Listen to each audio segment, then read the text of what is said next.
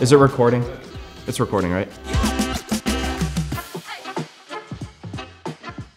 It's always interesting to hear a person's story and being able to make it into something that is maybe bite-sized or is long form. It's just a giant puzzle.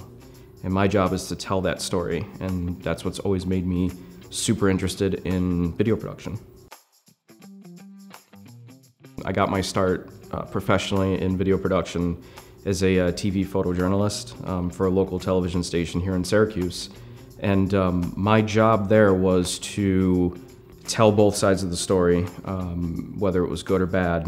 And it could be heart-wrenching sometimes, or it could be a great story, something that's very positive. And I took a lot of what I learned to get the answers out of people, to get the story out of the person, and I can translate it now into marketing and advertising with video production and photography as well. Way back, this was probably 15 years ago, we were shooting on DV tapes. They're like little mini cassette tapes. They could hold maybe an hour's worth of footage. Now, we're shooting 8K footage at 60 frames per second. Compared to what I was doing way back then to now is just unbelievable. And that's something that I have to keep up with during my everyday. I mean, even audio, video, photo, even the way we move cameras, we put cameras on tripods, it's all changed. My favorite project to work on here is anything that has to do with our community.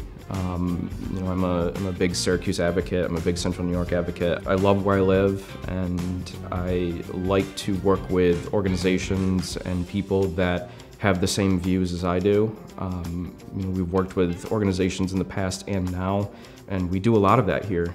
We work for a lot of nonprofits that do excellent work in our community, and if they didn't exist, we would have a lot of problems here. A lot of people think that, you know, being the videographer here, you know, my passion's mainly video. It's actually not. I share it just as much with photography, which is still instead of moving. And you know, I've got into that years ago through film, 35mm film photography, and now medium format film photography. I'm huge into it. I have a huge camera collection, and I try to go out every weekend and shoot a roll or shoot on my digital camera, and I like to capture architecture and street photography.